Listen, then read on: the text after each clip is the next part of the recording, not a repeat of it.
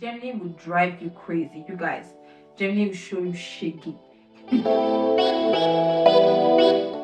Hi guys, welcome back to my channel. It's your girl Dami once again, and how are you guys doing? How have you guys been? If you're a new subscriber, welcome to my channel, welcome to my world. If you're an old subscriber, I love you guys so much already. I love you guys so much. This video basically is just me reflecting on how last year actually was for me. It wasn't bad and it wasn't good as well. I'm gonna just brush you guys through how each month passed by and just reflect on the good things and on the bad things so that happened to me last year. So grab a glass of juice, grab a glass of wine, and let's dive straight to the video. Let me actually start from last year, February. The war started February 24th, and since then my life has literally been on the hold. And when the war started, we just grabbed a few things we're going to need and went to the car and started driving all the way from Kiev to Lviv and then to Poland. And normally the Poland trip from Lviv to Poland, that should take 2 hours. You guys, took 5 days, like 5 whole days on the road without bathing, without brushing, you know. Even to use the toilet was a very, very big problem. But I mean, we survived all of that. Like, God kept us safe.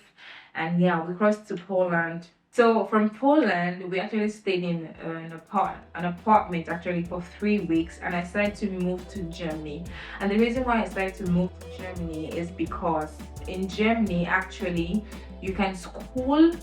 It's like schooling for free here. You go to a government school and then you pay 300 euro per semester, and that's your school fees, literally. Like, I wanted to actually do masters in cardiology or do masters in internal medicine, and it's a very good way to actually learn and you pay very less, you know. And I've been in Germany since April of last year.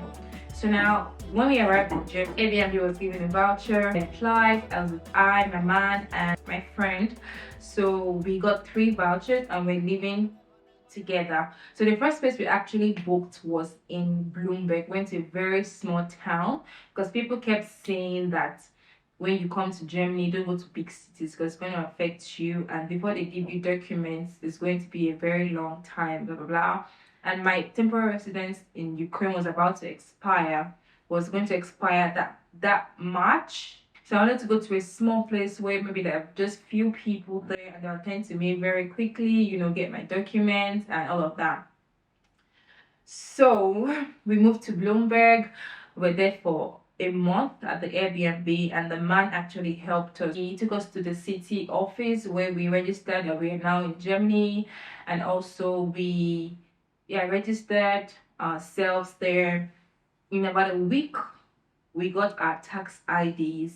But then the thing about Bloomberg is that you cannot actually work there because it's the countryside of Germany. It's for mostly old people. Like, you can't, there's nothing really going on for someone like me in my 20s. Like, it's very, very boring and very dry. It's just, you get to see only cows, goats, chicken. It was not really a place for, you know, coming from living in the capital in Ukraine, living in Kiev, and then moving back to living in Bloomberg, where you don't even really see people. Like, the apartments we stayed in was really secluded also because we were trying to manage funds and all of that. So it was really like secluded, and we were not really seeing people. We're just indoor like for almost 1 month, right? Like, we're going crazy. So a friend of mine now told me, okay, you can actually get up and move to any city you like. That he's been there for a while in Germany actually, and we're like, okay, why not? I mean, who doesn't want to leave this place? So we got up and we packed our bags and we moved to another city, which is Paderborn.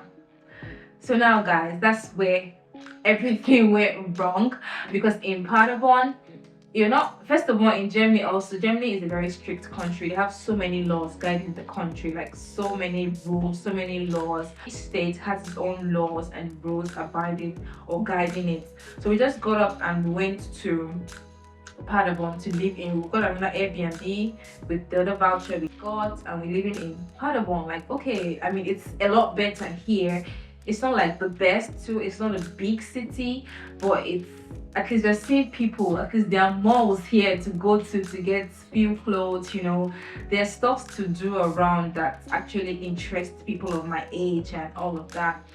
So we were also told that when you move or when you change cities, the government of the city you're going to request for your documents to be sent to that new city. So we didn't really think it's much because the guy has been here actually for about 4 to 5 years now, and it was just going to be like him guiding us on what to do.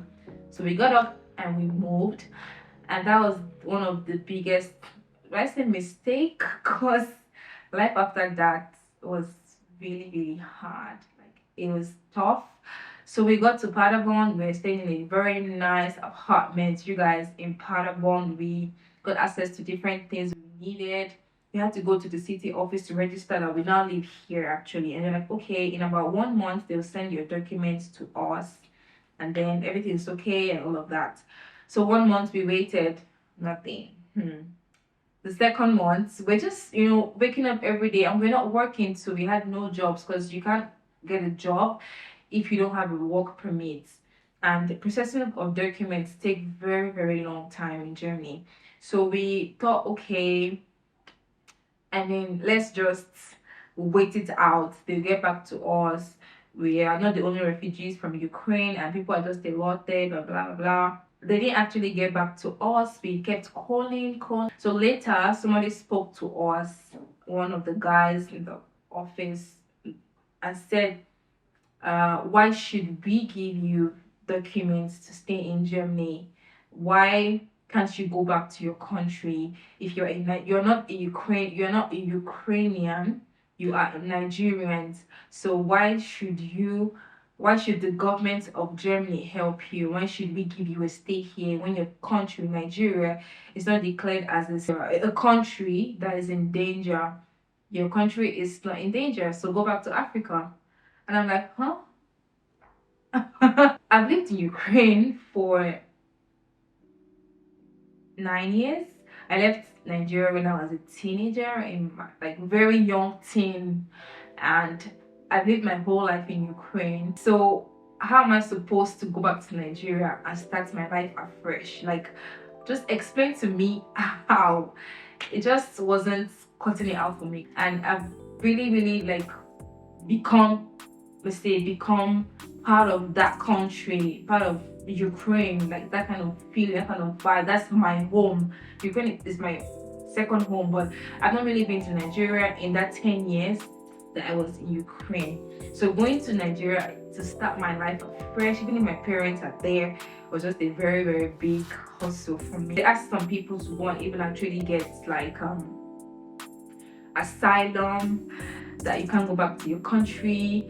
It was just crazy. Then I started getting depressed. I was really, you guys, I was so unhappy. Like, you see, I tried to post videos, but I wasn't really okay even posting those videos. I just did that so that honestly, so that my channel would just not die, because I wasn't happy. It was just torture on torture, emotional torture actually. Because go to the office, we call him, said, I don't want to see you guys, just send me an email why your country is not safe.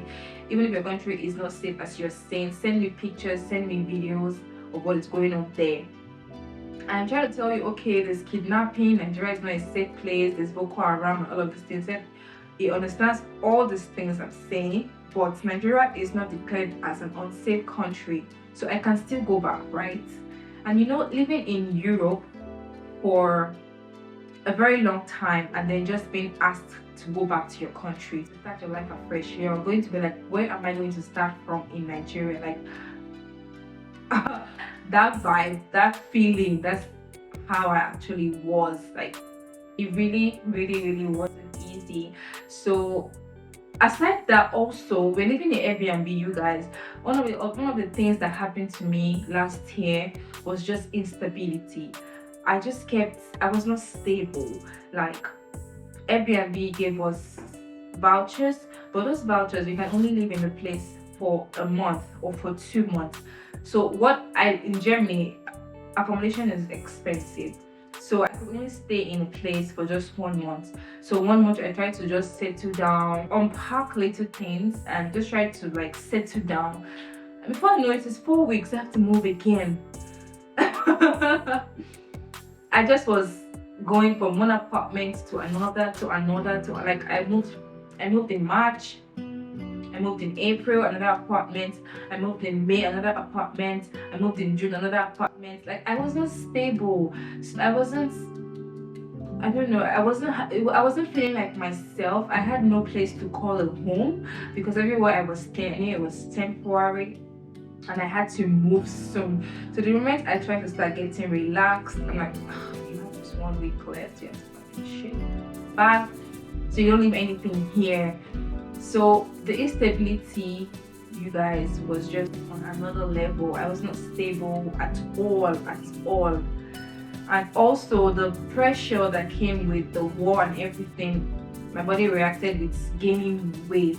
You guys, in Ukraine, I think I was weighing about 77. I added 11 kg more, and I was weighing 89 point something. I was really terrified, you guys. I was terrified about my weight. Like, how did I get all the way to 89.8 from 77? It was just too much for me. That was about July. Yeah, July thereabouts, when I checked the scale. I started to hit the gym, just watch my weight, started getting my life a bit together. And before that, we were asked to go to another city because we tried to beg the Paderborn social security guys to help us out. We're also from Ukraine. The fact that we're Ukrainians doesn't mean that we don't deserve help also. And living in Ukraine for that long time means you are attached to that country emotionally, physically, and everything. Just, that's your home because that's where you've been. I went to Ukraine when I was 15. So 15 to now, like, that's where I call home. My parents even know that that's where I call home more than Nigeria. So we finally went to Lemgo. We went to Lemgo, and in Lemgo, that's even another smaller city from Bloomberg. You guys, in Lemgo, oh my, by 6 o'clock, everybody is up there, like they're sleeping. Like, it's that bad. It's like a countryside also. So there's really nothing going on there too. It's for old people that are retired, young couples that want to own a home. They come to buy their homes there because it's cheaper to buy a home in those type of rural areas than in the big cities like Frankfurt, Berlin. So we had to move there. And I say this again to you guys, if you live in Kiev, you know that living in Kiev and living in, let's say, Tenopio is not the same. Or living in Abuja, living in Lagos, and then going to live in Ogun State, Deported, it's not the same. So I had to register. We had to go to Lemgo, and then we registered in Lemgo. We went to do thumbprint finally,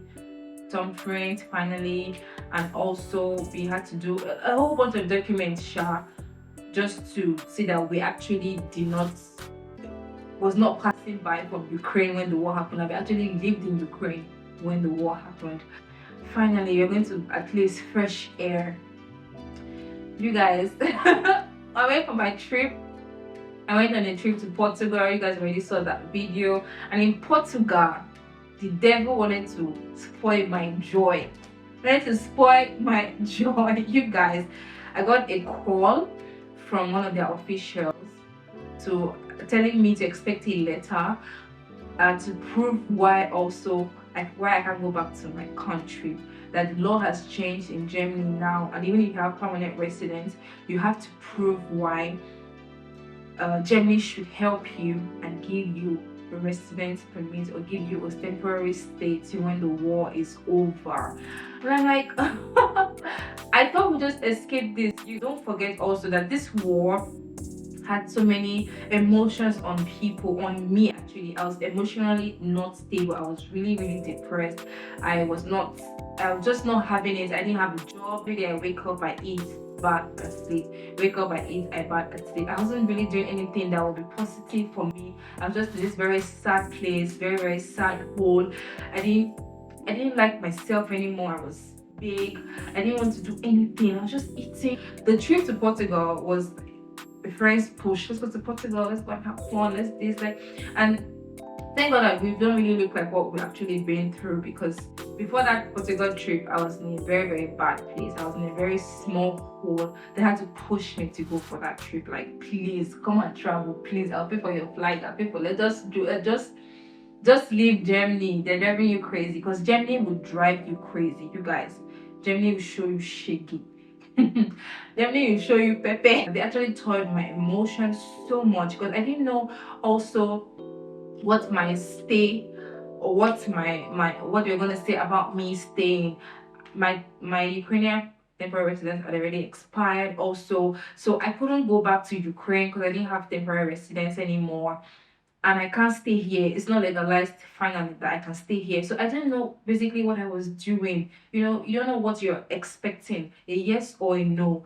So every day you just wake up and you're uncertain about life. We were staying in Airbnb also in Lemgo. We moved from one Airbnb to another, like 3 Airbnbs, because each, like I said before, each vouchers we were given, depending on the amount you were giving and location where you are in Germany, it can take you for just 1 month. It was even the time landlord was fighting with us, like giving us shaggy. We are paying you and you're fighting with us in the house, cutting off the lights, cutting off water, you know, telling us we can't talk by this time, his daughter is sleeping, we shouldn't watch TV by this time, we should be careful, we should we paid you. It's not like we're staying here for free. Like, we actually paid you in euros. So why should I not talk? If I pay you 2,000 euro for 1 month, when normal rent is 500, 600, I'm giving you 2,000 euro for daily rental. I can't talk by past 9. I can't wash clothes. I can't do this. I can't watch TV because your daughter is sleeping. I'm somebody's daughter too. Like, that man really gave us pepper, like pepper, fresh pepper, diced, chopped, blended. It was really, really bad. So anyway, moving on, we were asked to prove why we can't go back to our country. I was also asked to prove that my partner is my partner. Like, I didn't just meet with him in Germany and then decide that we are together. So I should send them pictures and videos, and also a document that we live together in Ukraine, so they can tell that we are actually together. Because actually they said some people do it here, they meet up with people and then they pay one another, or somebody pays one person to lie that we've been together for like 3 or 4 years just to get documents or whatever. So I had to also, alongside proving I can't go back to my country, I had to also prove that I'm dating this person for a while now, for some time now. You know, trying to write, hello sir, hello ma'am, my name is this and this, I am this and this, I'm a doctor, I'm a refugee from Ukraine. You know, writing long epistle, attaching pictures, videos, you know, just to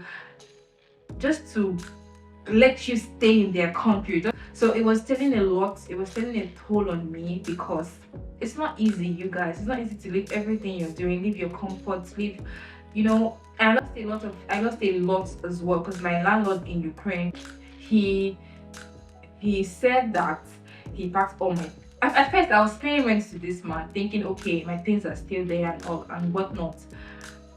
I kept paying rent, so I asked him that, okay, I want to go and take my things, blah blah. And he was like, oh, somebody is now staying there now, and then he put somebody in the apartment for almost 2 months now, that there are soldiers that live there because they needed help this war. They need somewhere to stay because of the war. My things are with the neighbors, in the neighbor's balcony. All my, like, this one packed all my stuff, you guys, all of my stuff, and put them in a neighbor that I did not even ever say hi to or hello to.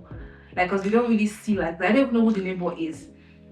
That I put my things with the neighbor and all of that, and then I tried to reach out to the neighbor, and I couldn't get through to the neighbor. And he's like, "Oh, he doesn't know what's going on. So maybe the neighbor died during the war."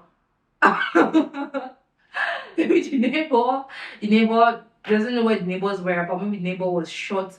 The neighbor was trying to, because there were still people staying in Ukraine. They didn't know that the war was going to escalate. The war was going to, like, get to what it was or what it is now. So people, when I left, people were still there. So it was like he gave it to the neighbor, and maybe the neighbor was killed in the war, or the neighbor left Ukraine, but he hasn't heard from the neighbor also for a while. So I'm calling him now, okay, trying to check up on the guy and asking for my properties, and he blocked me, like blocked me. So everything I had in Ukraine, I don't like, it's gone. Like, I have to start buying new stuff here. So I left my computers, I left my camera, my clothes, my shoes, my bag, my jacket, my everything in this world, you guys. My whole life, I just packed few things. I have a bag, an emergency bag, my passports, my diplomas, my certificates I was gonna need, some few things, Sean, and I just left the apartment. Everything else I've owned literally for 10 years or for 9 years of living in Ukraine, gone, like totally gone. So that also told a lot on me. I was crying, I was sad, like, where am I going to start from? And even here also, it's not certain that I'm going to, be here in Germany. What is really, really going on? God, please, God, this. I was really, really not happy. This was around, I think, July or so. So, and I was, so I think they gave me Fictionigon. Fictionigon is a document. It's just a paper that you can stay in Germany for a particular time, and then when that time is about to be up, you can then come to extend it. So they approved me to stay for a short while, for like 6 months or something. So that 6 months I was job hunting, you guys. I was looking for a job. And there was basically, I can't speak the language fluently, and here they don't really, where I lived also in Lemgo, they don't speak English there. It's not like Berlin, it's not like Frankfurt, it's not like Dusseldorf. They don't speak English there. So it's basically German language. If you don't know German language, I'm sorry for you. So I couldn't get a decent job. I looked for jobs, then I got one. You guys, guess what? I was working in DHL.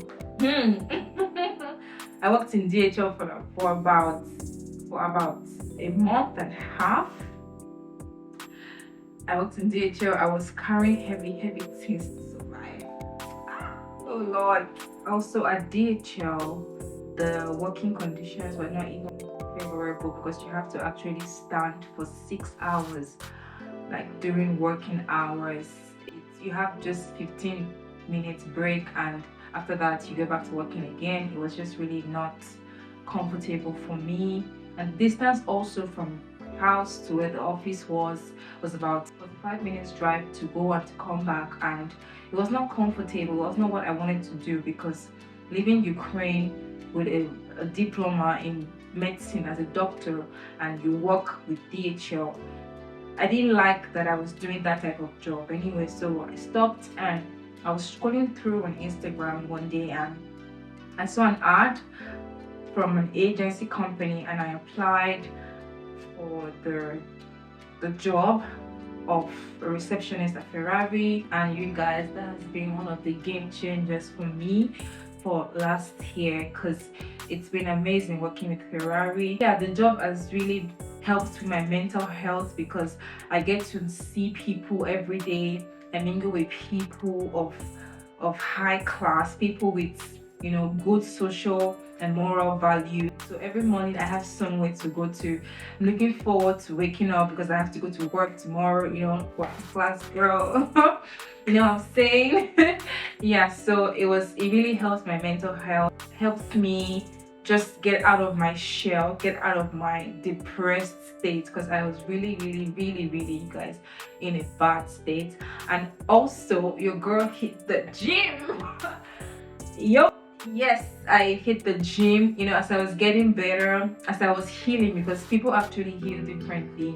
I lost 11 kg, you guys. I lost actually all the weight I gained from stress and hormonal imbalance. So I lost weight, and I really love how I look right now, because this is my dream body. Actually, I love that I put in the work, and in 3 to 4 months of being consistent with the gym, I actually lost all that weight, and I gained my confidence back.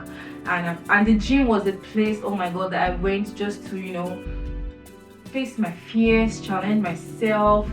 It was a me time for me. After work, I would drive to the gym. After work, yeah, I drive to the gym just to have that me time, just to reflect on how my week went, reflect on how my day went, and just, you know,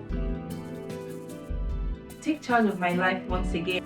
And finally, you guys, I got an apartment. I could actually call it a home after how many months? After 9 months, I got a place I could call home once again. Like, I got an apartment in Lemgo still, and it's a very, very beautiful place. Although I don't like the fact that in Germany you have to furnish your apartment yourself, because when I moved in, it was empty. Yeah, but I had to buy a lot of things to make it feel homely and make it feel like this is my home. And yeah, it just really helps me also stabilize, because knowing that I don't have to move from here, I don't have to start panicking that very soon I have 1 week left before I move out, you know, putting my things together so I don't forget something when I'm moving out, and having that fear that when will this end, when will I have a place to call my house or a place to call my home, and just getting comfortable, relaxing, you know, enjoying God's blessing, enjoying God's love. I'm really, really grateful for that. Also, I got to start saving again, and that's one of the biggest victories I had last year. I got to save some money and just do well for myself, and I'm really, really grateful for how far I am now, mentally, physically, spiritually also, and financially. I'm in a very, very good, I'm in a better place than I was last year. I'm really grateful to God for showering his blessings on me, for, you know, his unending love, and, you know, just taking care of me as his own, and just, you know, being there with me throughout the whole process. I can say I have fully healed now from the war. I don't care if, you know, we don't go back to Ukraine anymore. I'm ready to build my life here in Germany, and to just become a citizen, maybe get a PR here, to maybe, you know, just live my life, because I have healed finally. I also got my temporary residence here for 2 years, and that's a good start also for me, because I finally know that, okay, I have a stay here.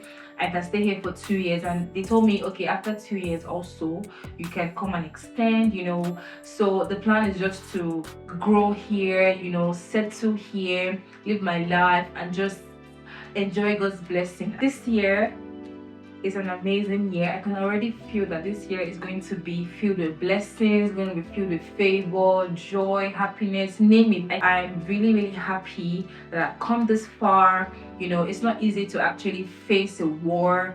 It's not easy to be a war survivor.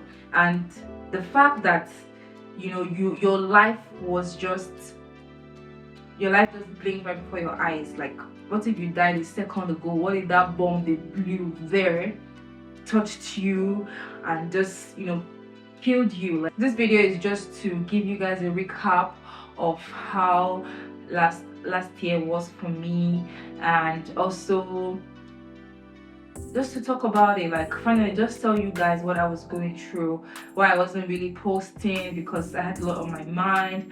I wasn't okay, even though I tried sometimes. But this year I'm really excited. I'm also relocating to Berlin, the capital of Germany, and there's so many exciting opportunities, and I'm really, really looking forward to it. I can't wait. I just want to experience all that God has for me this year. And yeah, once again, guys, happy new year to you and your family. And I pray that this year is the year where you get to experience more of God's love, more of God's favor, more of God's blessings, and those things that you didn't achieve last year, you're going to achieve them and more. And also where you want to be in life. I pray this is the year that God actually steps you into your next level. Alright guys, that's it for this video. If you enjoyed this video, please give it a thumbs up. Don't forget to like this video as usual. Don't forget to comment, share and subscribe. I'll see you in my next one. Bye.